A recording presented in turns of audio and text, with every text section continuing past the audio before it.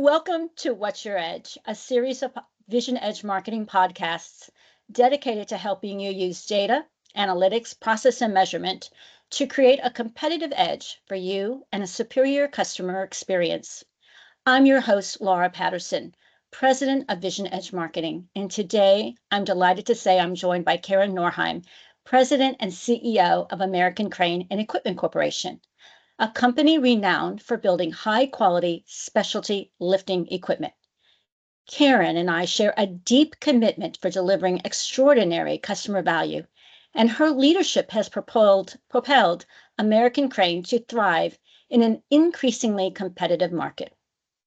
At Vision Edge Marketing, we believe that anticipating and understanding customer needs is fundamental to sustainable growth. This requires leveraging customer insights, market intelligence, and competitive analysis.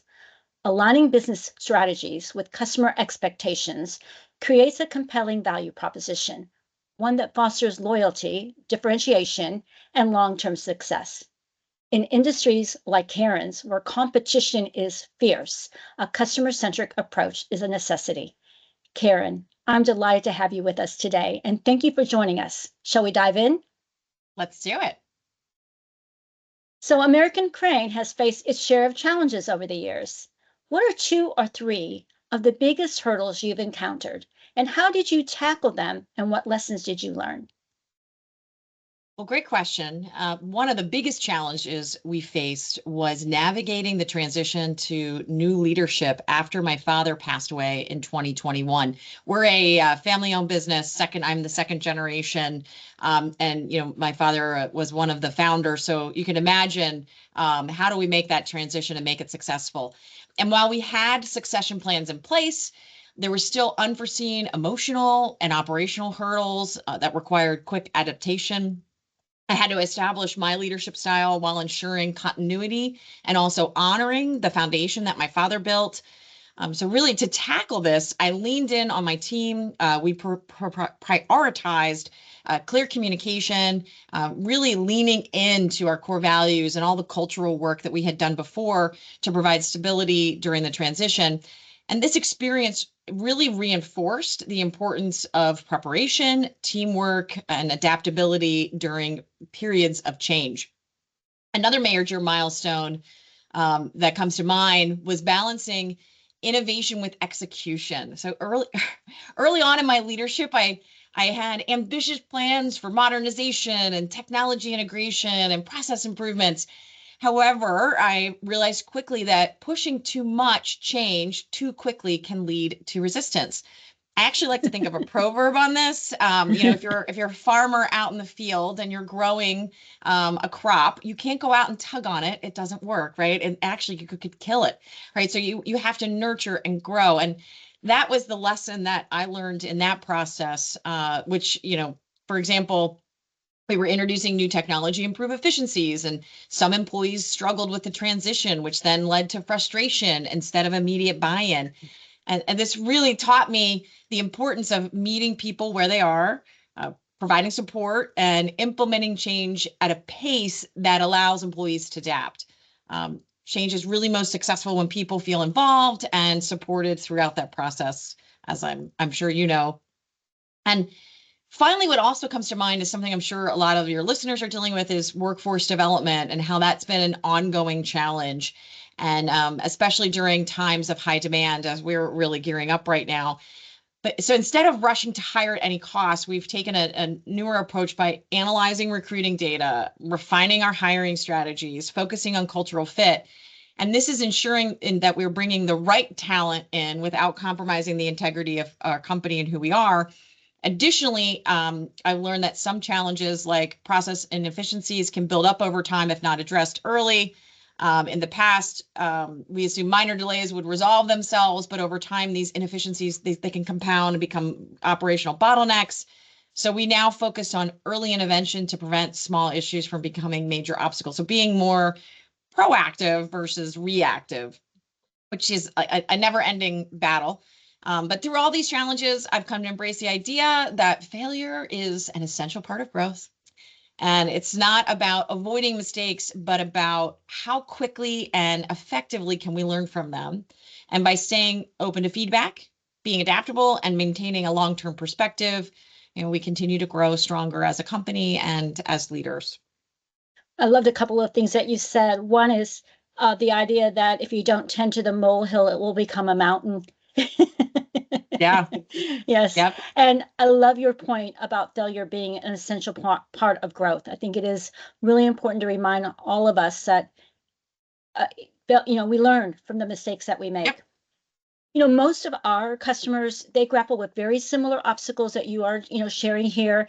And they have found, like we have found, that agility, adaptability, and resilience, those are really critical capabilities.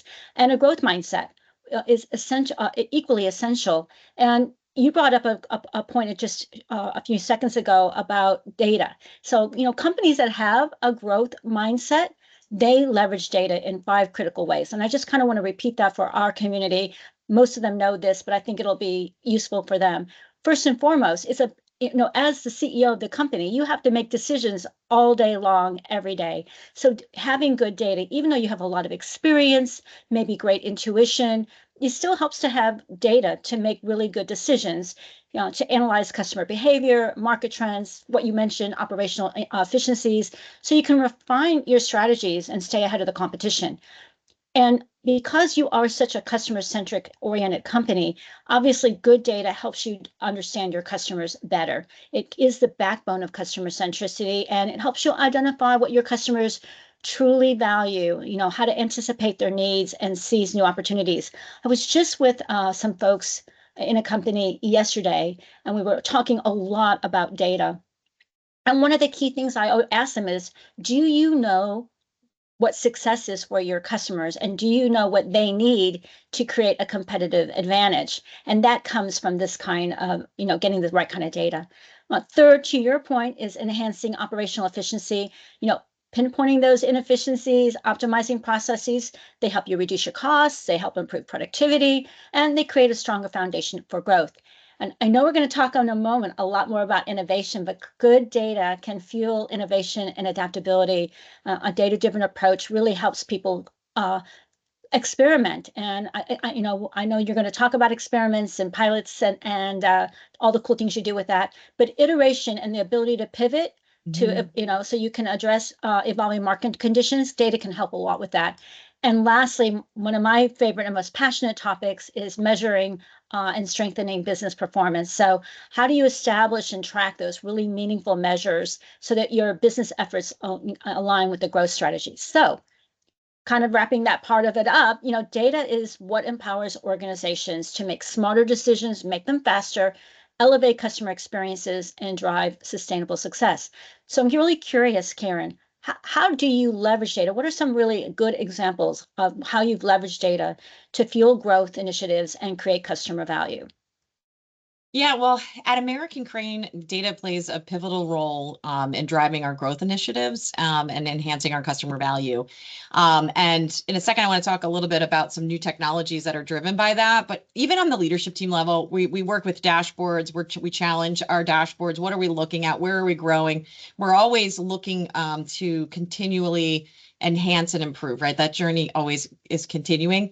But what we've done with leveraging advanced technologies, we have a product called Norlink Smart Crane Systems and Norlink MHIT.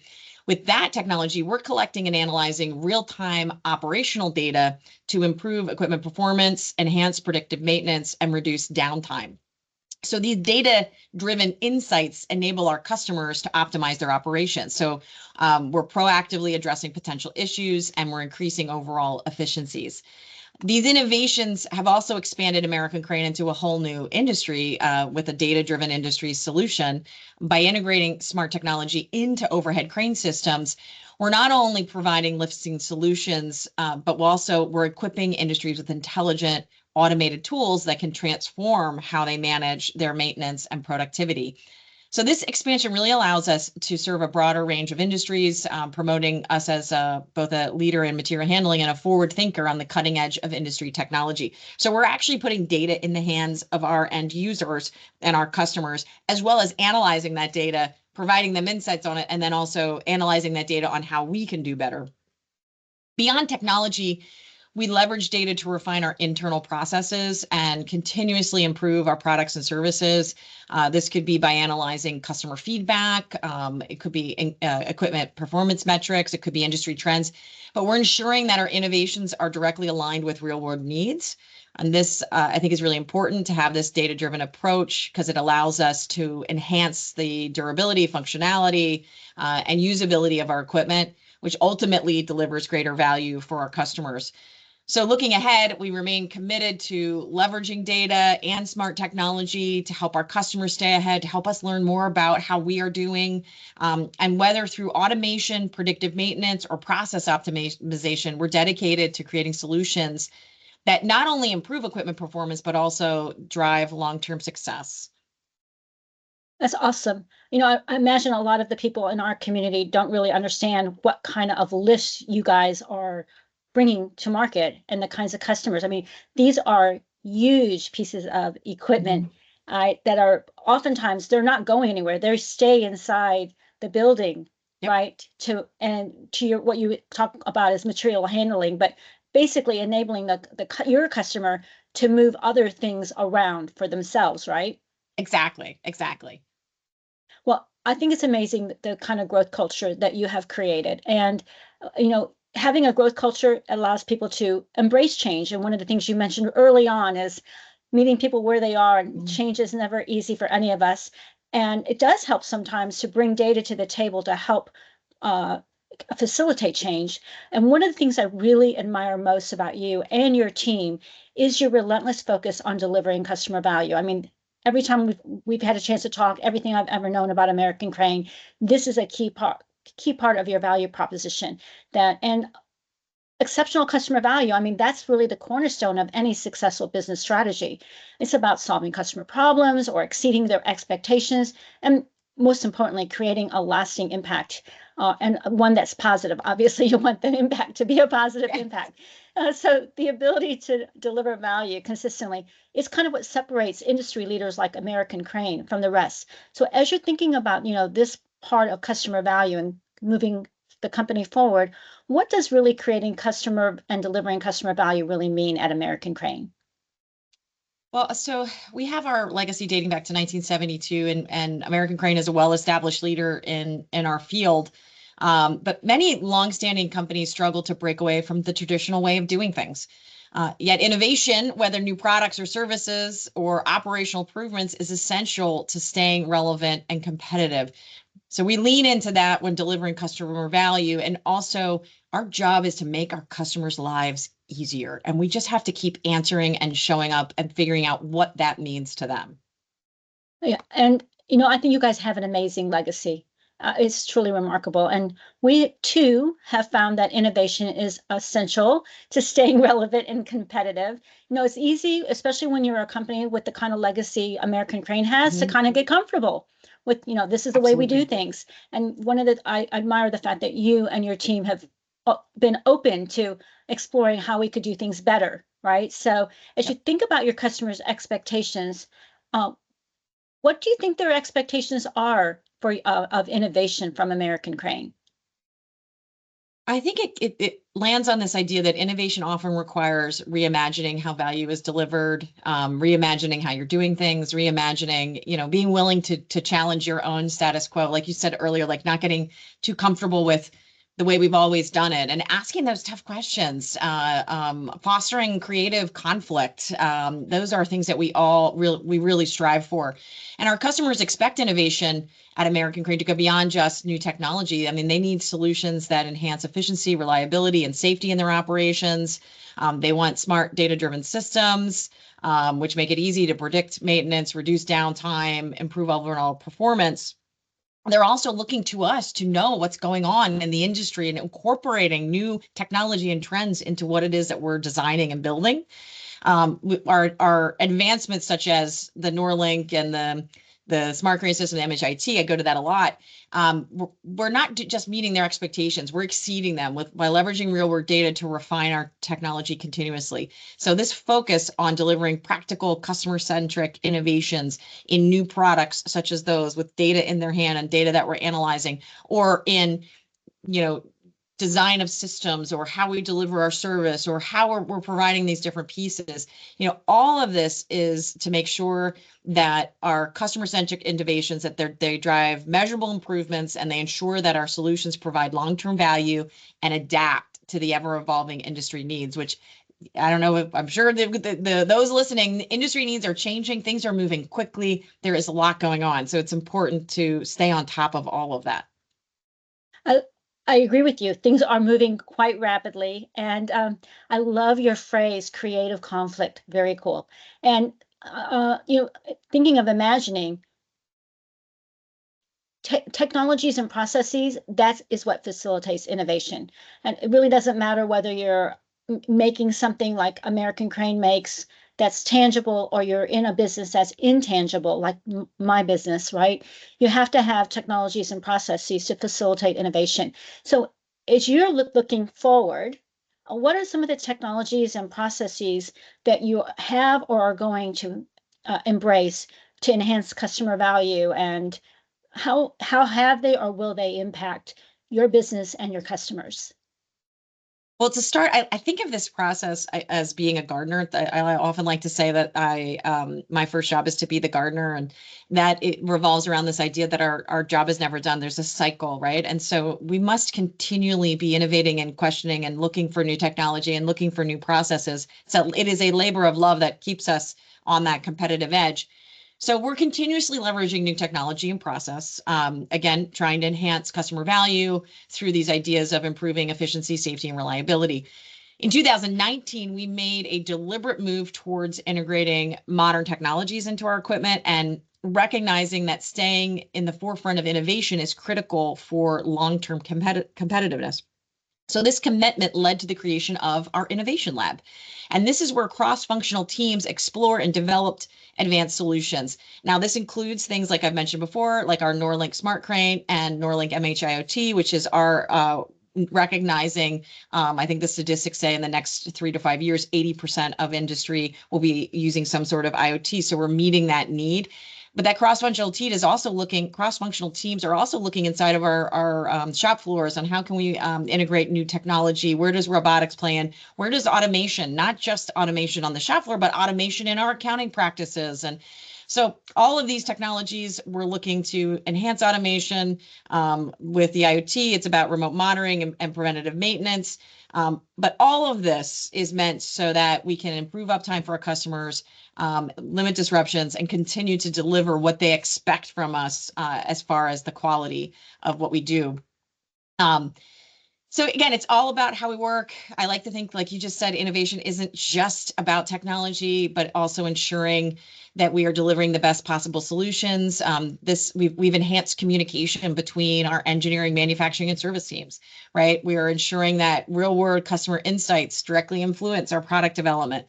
We're trying to remove silos between departments to make sure that they all are, receiving the inputs and the information that they need. And this all allows us to refine our solutions in response to actual field needs. When we're listening to a service tech, they're out there in the field with our customers. So we want to listen to them, all to make our equipment more efficient, more user-friendly, make our process efficient and more user-friendly.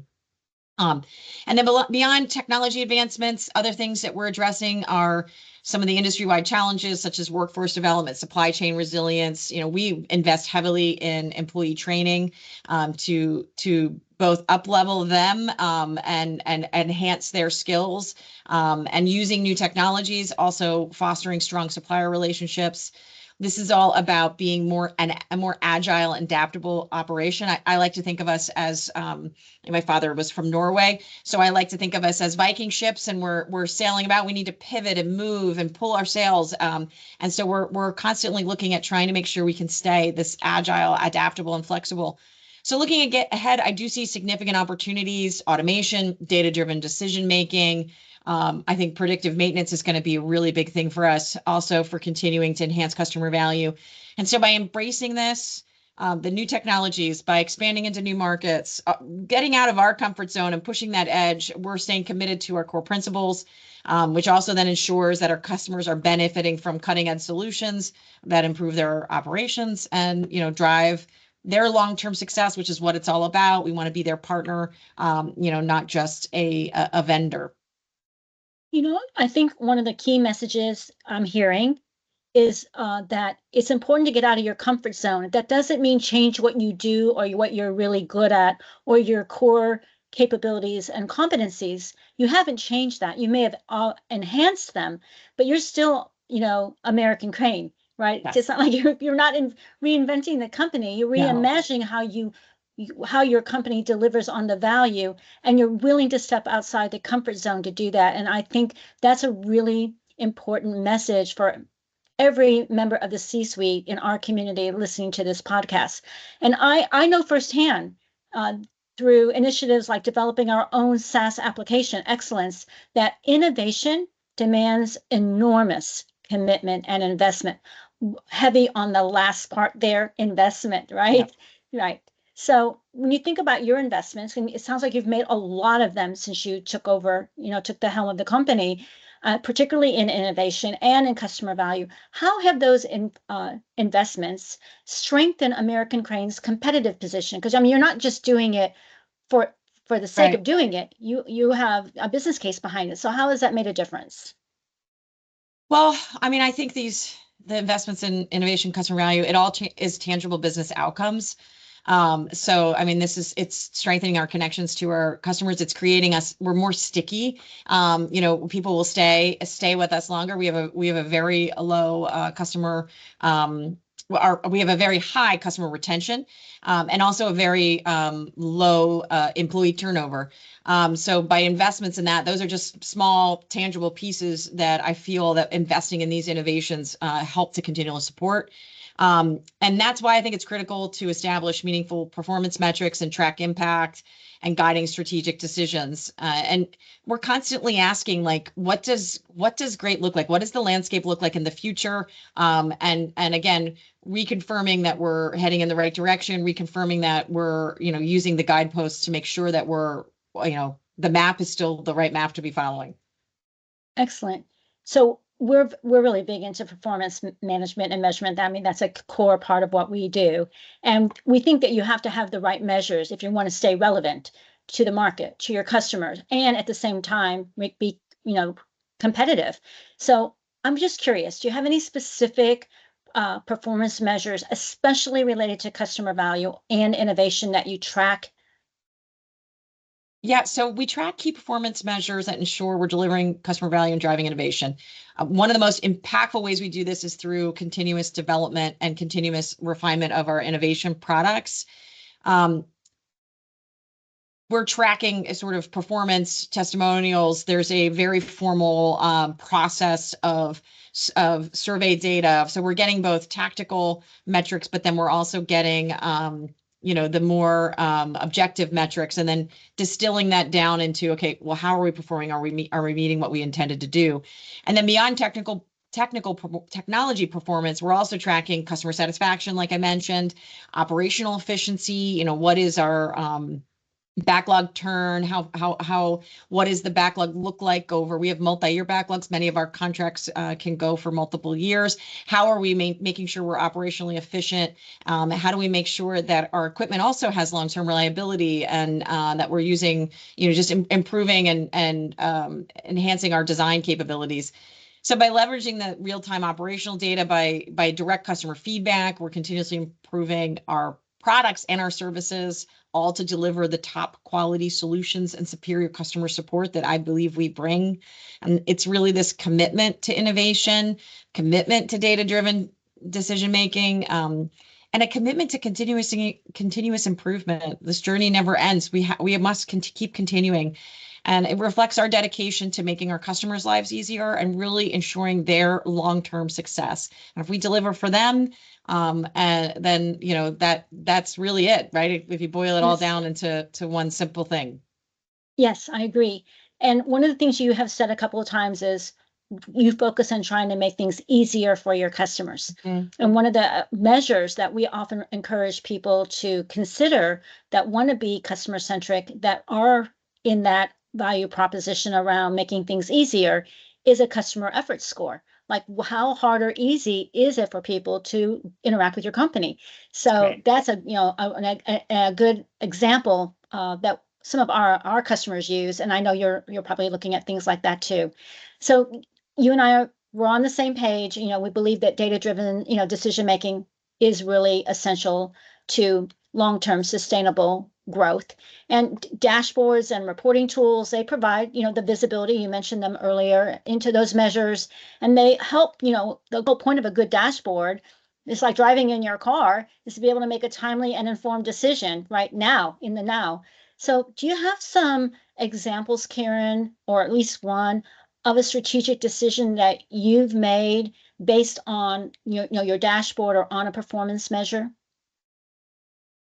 Yeah, definitely. I mean, I'm going to go back again to this idea of our smart crane system and MHIoT.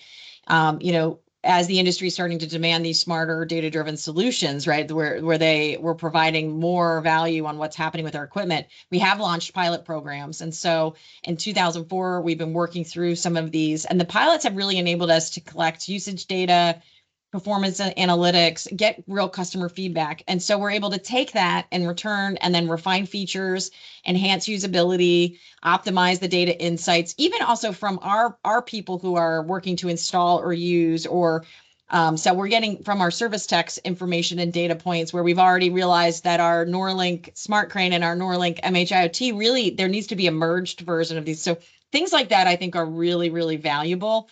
So by leveraging the real-time operational data, by ensuring our technology delivers measurable benefits, where we can truly say that it's reducing downtime, increasing efficiencies, and improving predictive maintenance, that this commitment to continuous improvement ensures that the Norlink solutions line will evolve into customer-driven solutions that provide lasting value in the industry versus just coming out there and then not being something that actually provides value. So that's been a really important place where performance measures have been happening. And then, we've made some other big decisions too around hiring and what's going on by making sure our leadership team we have a dashboard around hiring and who we need and how many spaces do we have in the building, and really making sure that we're paying attention to our people and that we are continually backfilling. I heard someone say it's like you're building the plane while you're flying it, or in my case, I like to say we're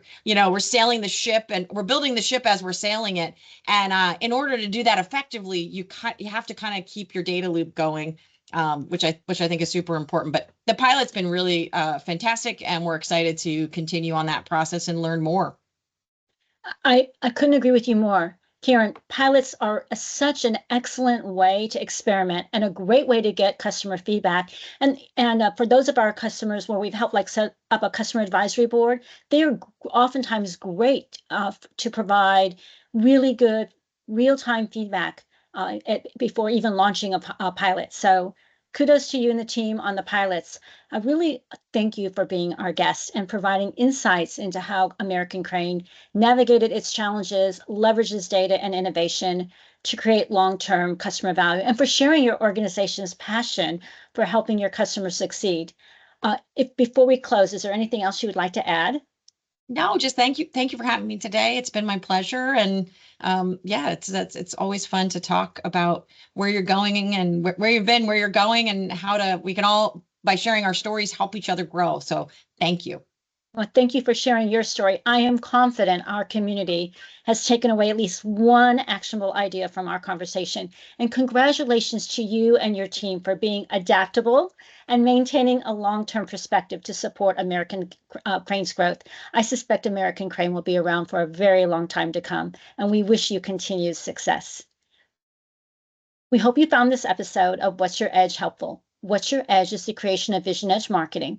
Vision Edge Marketing, founded in 1999, helps our customers solve the most difficult challenges when it comes to using data, analytics, process, and measurement to accelerate growth, create customer value, and improve performance. We always welcome hearing from you.